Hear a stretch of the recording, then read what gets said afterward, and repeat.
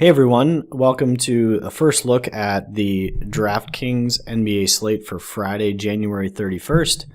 It's currently 9:36 p.m. on the 30th, so there's still some games going on. So hope you guys had a good Thursday slate. Let's take a look at these games. We got 7 of them. We'll kick things off with the Detroit-Toronto matchup.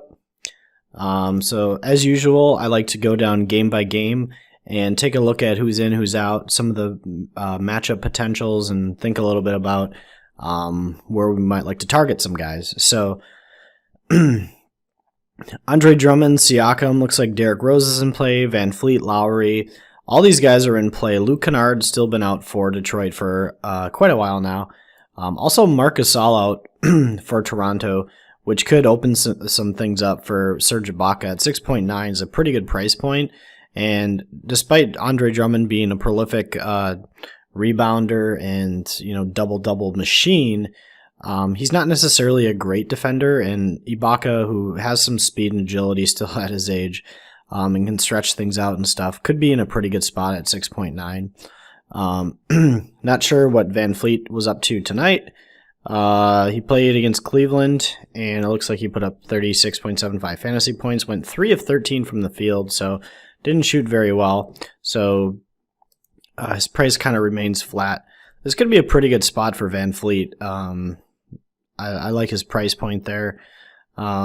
He tends to shoot more than Kyle Lowry, but looks like recently Kyle Lowry's picked up his shooting attempts a little bit more. So, both of these guys are in a good spot. Siakam's in a good spot. Ibaka with Gasol out is in a pretty good spot. So Toronto definitely is a team that you can target, play 2 or 3 guys, pick your poison, who you like, who the matchups you like the best, that kind of thing. You can roll it back then with potentially Andre Drummond and Derrick Rose to do kind of a game stack. They're going to be those two guys are going to be the primary usage handlers of the ball on the team. So, definitely you could play those 2 guys. I tend to think the interior is a little tough when Siakam is in the mix and Ibaka. It's not going to be as easy for Drummond to get a ceiling type of game simply because his ceilings come from when he can actually score 25 to 30 points rather than through rebounds, which he will get his on the defensive end. So I'm not particularly big on Drummond here in this matchup. Derrick Rose either, so I wouldn't probably be too interested in as much from Detroit, but definitely you can play some Toronto guys. If I were to play someone from Detroit, I would almost think about potentially playing Christian Wood. If we take a look at some of his minutes, he's been stable around the 20-minute mark, and he can just have these breakout performances like he did versus Brooklyn where he gets 34.5. Obviously, he's very much a tournament play because he has a pretty icy floor. But if you're looking for a guy with big upside, pay attention to potential ownership. But Christian Wood could be a sneaky type of play if Drummond gets in some kind of foul trouble or maybe the game blows out, stuff like that. Christian Wood could definitely come in and put up some numbers. OG at 4.5 is actually pretty cheap. His usage has been really low though, with both Lowry and Van Fleet healthy, so he's not going to shoot the ball very much at all. But his price is coming down. So if Van Fleet is ever out or Norman Powell's out or something, and there's some more opportunities for him to shoot the ball, he could, his price dropping down could be pretty interesting. Boucher with Gasol out. So Gasol was out against Cleveland here tonight, and it looks like Boucher got 15 minutes. So maybe his minutes stretch up closer to 20. I'm not sure. I would bet that it's mostly like Ibaka playing low 30s minutes and him playing in the mid-teens. Let's take a look at Ibaka's minutes. So yeah, Ibaka did play 33 and then Boucher played 15, which equals basically exactly 48 minutes of a game.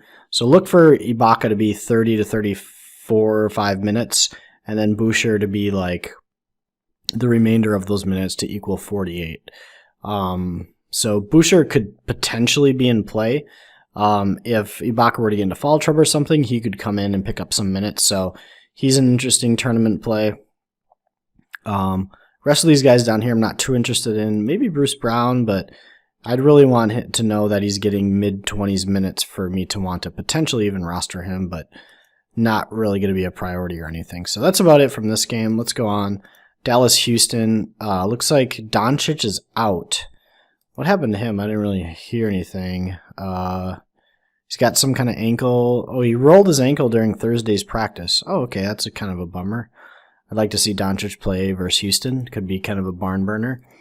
Harden and Westbrook. Harden's price has fallen. I'm not sure how healthy he is. How many minutes did he play? He did play 38 minutes. He only took 18 shots, which is actually unusual for James Harden. He usually takes like mid-20s type of shots. Westbrook has been taking a huge volume of shots recently. Take a look at this stuff. 29, 29, 27, 25. Like, these are insane numbers. These are usually the numbers you see from Harden. It's almost like they've kind of flip-flopped. I don't know if that's intentional, if Harden hasn't been feeling as well, if as a team they got together and said, hey, look, we can't win in the playoffs if we keep just relying on James Harden. I don't know what's going on there necessarily. I haven't really heard too much, but needless to say, Dallas is actually a pretty decent defensive team. I don't know that this is like a great spot, but both of these prices on Harden and Westbrook is pretty good. I think if you're just going to look at game logs, you think, okay, Westbrook's the guy I really want to play over Harden.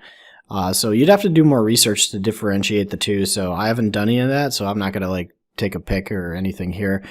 But clearly, by the numbers recently, like Westbrook would be the man taking mid-20s shots. I think actually Capella is in a really good spot here in the middle of the court. If you ever watch Dallas play, they actually give up a lot of points at the rim. They're more concerned about protecting the perimeter because in the modern game, and especially with their coach, if you've ever heard him speak, he doesn't even want Porzingis to play too much in the middle of the court. His philosophy basically is that, hey, if you can rotate the ball around and shoot more threes, just from a game theory perspective, you're going to win more ball games. And it's been paying off for their team this year. So therefore, like a lot of times the perimeter guys don't really perform too well against Dallas. They have Tim Hardaway Jr. on the perimeter, who's a pretty good perimeter defender. DeLon Wright's pretty quick, has some good hands and stuff. Obviously, Porzingis has a lot of reach, and since he's out around the perimeter, decent enough amount of time on defense, it's tough for teams to get off a lot of good three-point shots. That being said, that does open things up for Westbrook. I think he can drive and make a lot of layups in a game like this, so it makes me like him a little bit more, and Capella, so you could probably potentially stack those two guys. And with Doncic out, that immediately makes value for Jalen Brunson. At 3.8, I think he's probably going to be the highest owned player of the day. He's been shooting the ball really well too, besides the fact. So if you look at the last few games, 4 of 9, 5 of 7, he's just been looking pretty good. But obviously he's playing behind Doncic, so doesn't normally get the minutes. But Doncic was out earlier in the year, and Jalen Brunson was the one who filled in with the minutes. I expect that pattern to happen again. So look for Jalen Brunson to be the chalk, but he's good chalk. Like at 3.8, he definitely can put up numbers versus a team like Houston. Potentially JJ Barea could be lower owned and come off the bench and soak up some minutes. You see you got 23 minutes here versus Phoenix. He's the type of guy who can put up a lot of assist numbers. He's a kind of a wise veteran. I used to hate watching him play, but he puts up fantasy points, that's for sure. I think he's like close to, if not right at a point per minute type of player. So if you know someone like him is going to get mid-20s minutes, he could definitely be in play. And just with a guy like Doncic who has such high usage, when someone like him is out, there should be multiple value plays, because with as many shots as he takes, assists, rebounds, all the things, the triple-double potential, that production has to go somewhere. And typically when a guy has that much production himself, it's going to be spread out amongst multiple players. So I think DeLon Wright might be somewhat highly owned. People might take shots on like Seth Curry, who's been playing minutes. Moxie Kleber, maybe he takes more shots with Doncic out. So probably do some research, but definitely look to Dallas with Doncic out for some potential plays. And probably my lock as of right now would be Jalen Brunson. Moving along to Chicago, Brooklyn. This should be an awesome spot for Jared Allen, who's at 6.1. Chicago's just really bad in the interior. They have been all year long. I don't necessarily always trust this opponent rank number stuff on DraftKings, but If you ever watch Chicago play, they play a slower pace. I happen to be from Chicago, so I've been to a few games. They play decently defensively, and they play a pretty slow pace, but the place in the floor where they actually give up kind of the most points is definitely in the paint. They're really pretty poor defensively in the paint. Right now, they're down Lauri Markkanen, they're down Wendell Carter Jr., so they're basically relying on Thad Young in the interior, Cristiano Felicio, if you ever watched him play, he's pretty bad, Chandler Hutchinson, so not guys who are particularly good defenders in the interior. See, Felicio's 3.0 though, or 3K flat still. That's pretty interesting. He played 30 minutes, only got 22 fantasy points. He's a really low fantasy point per minute output. He just has no offensive skills. He basically is a rebounder and pick setter and defensive player. So I wouldn't really look to him as kind of a really good tournament play. Someone like Coby White at 3.4 is definitely in play in tournaments. He's got a super wide range of outcomes, but if he actually has a game where he takes 13 shots and makes 8 of them, including like 3 or 4 3-pointers, he can just blow this 3.4 number out of the water, and he'll get extended run in those games too if the coach likes him and likes what he's doing. So he's definitely a tournament play. So I'll throw the caution to that, but could be a decent spot for someone like him. Then, of course, you have Irving up top. I don't really like this spot for Kyrie. As I said, Chris Dunn actually plays pretty good defense against most point guards that go up against him, and they just don't put up good numbers. I actually went to the game where De'Aaron Fox played. He just got owned defensively. So Chris Dunn is a good defender. He doesn't shoot the three well. He's just not much of an offensive threat. He can get to the paint sometimes offensively, but the reason why he's only 5.1K is he just doesn't put up much for offensive numbers. Now, if we take a look at the questionable tag, though, let's take a look. Nearly half of the Bulls roster will carry a questionable designation into Friday, but there's no reason to believe Dunn will miss any time. I remember a while back there was something where the coach said something to the media, and immediately the NBA went into action. Is like, hey, you got to report these guys if they're dinged up, if they have a sore shoulder, whatever it is. You have to report those things. So a lot of these Bulls guys have Q tags, but in reality, they're going to play. So I wouldn't worry too much about the Q tags for the Chicago Bulls guys, but definitely always, be on the lookout and figure things out. It's not as if I'm going to prioritize playing Chicago Bulls most of the time anyway, because a lot of these guys play like mid-20s minutes. They have a lot of weird rotations going on. With Otto Porter injured, Markkanen injured, Carter Jr. injured, they're just kind of rotating all these guys in, playing defense, and then LAVINE is the one who's consistently playing 35 to 40 minutes a game. He's just an absolute workhorse. At 8.5, he's definitely in play. He's got a decent floor just simply because he plays so many minutes and he's got to take a lot of shots. You can see he's got a lot of like mid to high 30-point performances, which you wouldn't want at 8.5K, but he definitely has some of these ceiling games like 72 points. So I never want to have too much of Zach LaVine just because he doesn't consistently put up big games. But obviously at 8.5, that reflects that, and he can occasionally have big games. If they put someone like Karis LeVert on him defensively, though, it's not going to be great. But he does have the athleticism to put up numbers in almost every matchup. So you could have some exposure to him. If you're doing a single entry, though, I wouldn't necessarily want to play Zach LaVine. Otherwise, as I said, I really like Jared Allen. I think Taurean Prince could have another big game here. He's the type of guy whose upside comes from points. So if he grabs, he'll get steals and he'll get rebounds and those type of numbers. But the big upside for someone like Taurean Prince is when he can actually score points. And in a matchup like the Bulls, I think he can do that. He took 16 shots against Detroit.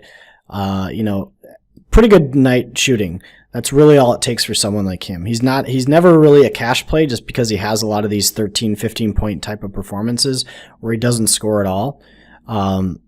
But when he puts up 20 plus points, he blows this 5.2 price tag out of the water. So definitely a tournament play there. Also, DeAndre Jordan off the bench. He was a guy who earlier in the year was getting consistent low 20s minutes, and then Jared Allen was getting the rest.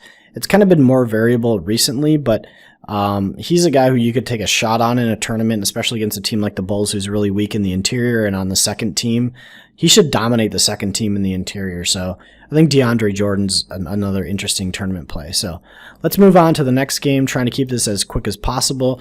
Memphis, New Orleans. We got Drew Holiday, Brandon Ingram, Lonzo Ball, Zion Williamson. The whole crew is here. This could be a crazy game to stack. I really mean that. Like, I don't know what the usage has been like with Lonzo Ball playing better and Zion Williamson, you know, in the mix now for a guy like Brandon Ingram. I imagine Brandon Ingram's production has dropped a significant amount with all those things taking place. If we look at the shot volume, 11, 13, and 13 in the last 3 games, that's a lot less than what he was putting up earlier in the year. And these minutes numbers are lower than what he was doing earlier in the year, because if you look at this before Zion Williamson came back, he's playing like 39, 40, 41 minutes, and his shot attempts are in the mid-teens to into the 20s. And that's clearly dropped down in the last 3 games with Zion back in the mix. So I don't necessarily like Brandon Ingram in this spot. Zion's price tag may have caught up to him.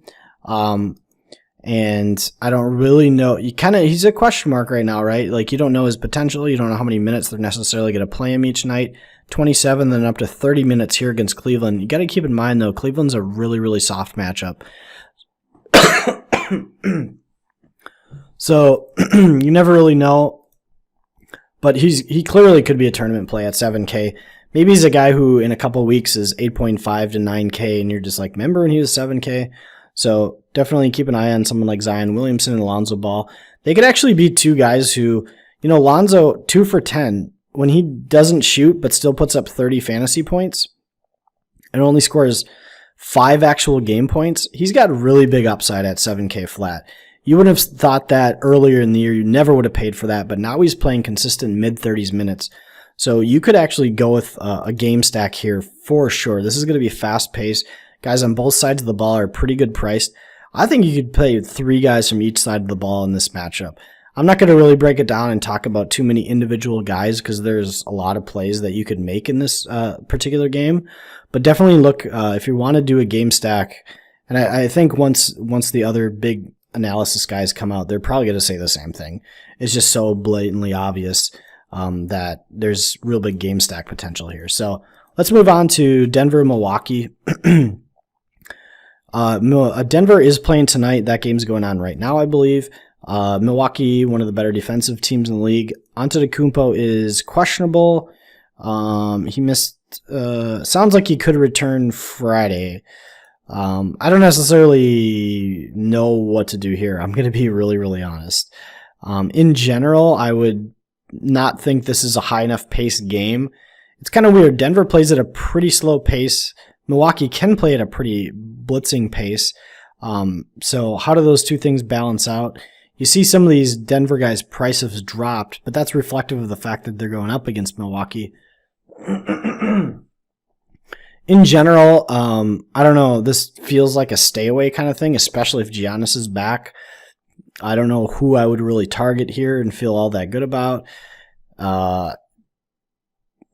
So I'm not going to really talk too much about this game because there's nothing in here I think is all that interesting. Millsap's been out for a while. Plumlee, I think, has been out for a while. Gary Harris out. So guys like Michael Porter Jr. and Murray still out. Michael Porter Jr., Barton, Monty Morris, Malik Beasley, Torrey Craig, they're all kind of soaking up the usage from those other guys being out. So maybe a guy like Torrey Craig's like an interesting tournament play. But yeah, I don't know. I'm not too excited about this game in general, so I'm just going to move on. Let's look at Phoenix OKC. This should be a pretty decent one as well. I like this spot for some of these OKC guys for sure. Chris Paul at 6.8, that's pretty cheap. SGA at 6.7, that's pretty cheap. Schroeder at 6.6, that's pretty cheap. Any one of these guys could go off for 40 to 50 fantasy points, honestly. Not a great spot for Oubre Jr., but a pretty good price at 6.3. Ricky Rubio at 5.9 is ridiculously cheap, so I wonder if he's on a minutes restriction or what's going on there. Obviously, he's had some dud performances recently. I don't know what's been going on. He did get hurt and pull his groin a while back, so maybe that's been affecting his mobility and what he's been doing on the court. Also, they've gone up against Indiana, Dallas. Memphis is not really that good of a defensive team, but he shot only 1 for 10. So Ricky Rubio is definitely only a tournament play, but that's a pretty cheap price considering he was well over 7K earlier in the year and living up to that price tag quite a bit. So you'd have to do more research to see what is going on with Ricky Rubio currently, but that price just kind of jumped out at me. Other than that, I don't see any out tags besides Cam Johnson. So, you know, pick your poison here, I think. In general, I like these guards for OKC, and then, you know, I think Steven Adams at 4.9, that's kind of unusual too. That's a ridiculous price. I guess his minutes have been down, so he must be splitting minutes with Nerlens right now quite a bit. So if they're going to be splitting minutes, like both getting low to mid-20s minutes, it's hard to want to roster either of them. Although if I'm going to roster either of them, I'll take the discount on Nerlens if I'm going to play either of those guys. But that's about it for this game. Final game of the night is going to be Portland, LA. LeBron James, Anthony Davis questionable. He'll be really evaluated. I'm assuming he plays though. 9.6 is a really dirt cheap price tag. It's going to be hard to ignore. I think he's probably going to be pretty popular if he's going to play in that game. This is not a good spot for Whiteside. LA's pretty good in the interior. And in general, it's not all that great for Portland guys. Damian Lillard's numbers have been just bananas recently. He's kind of putting up basically, you know, Westbrook type numbers recently in these last 4 games. 92, 70, 84, and 70 fantasy points. That's just bananas. And his volume of shots is reflective of that. He's making a ton of 3-pointers. Take a look at these 3-point percentages. He's over 50% from 3-point land in the last 4 games. That's crazy. I don't know how sustainable that is. This might be kind of a come down to earth kind of game for him because they're, you know, LA's pretty good defensively. I mean, but if you want to ride the wave and say I think he keeps it up, be my guest. I don't know if I'm gonna get there. And then I don't know if I really like anyone else from this game. I think, you know, LA is pretty much always kind of LeBron and A. Davis, and then Portland's always kind of like Lillard, Carmelo, and McCollum. I don't necessarily like it for these Portland guys, so I probably won't have too much of this game. If I am going to play in a tournament, players like a Rajon Rondo could potentially find a spot on a roster.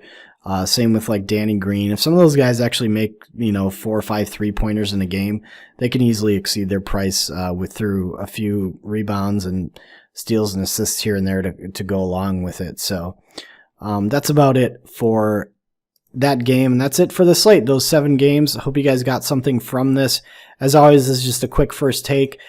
So I'm recording this the night before, as always, and be sure to do your research and take a look at news.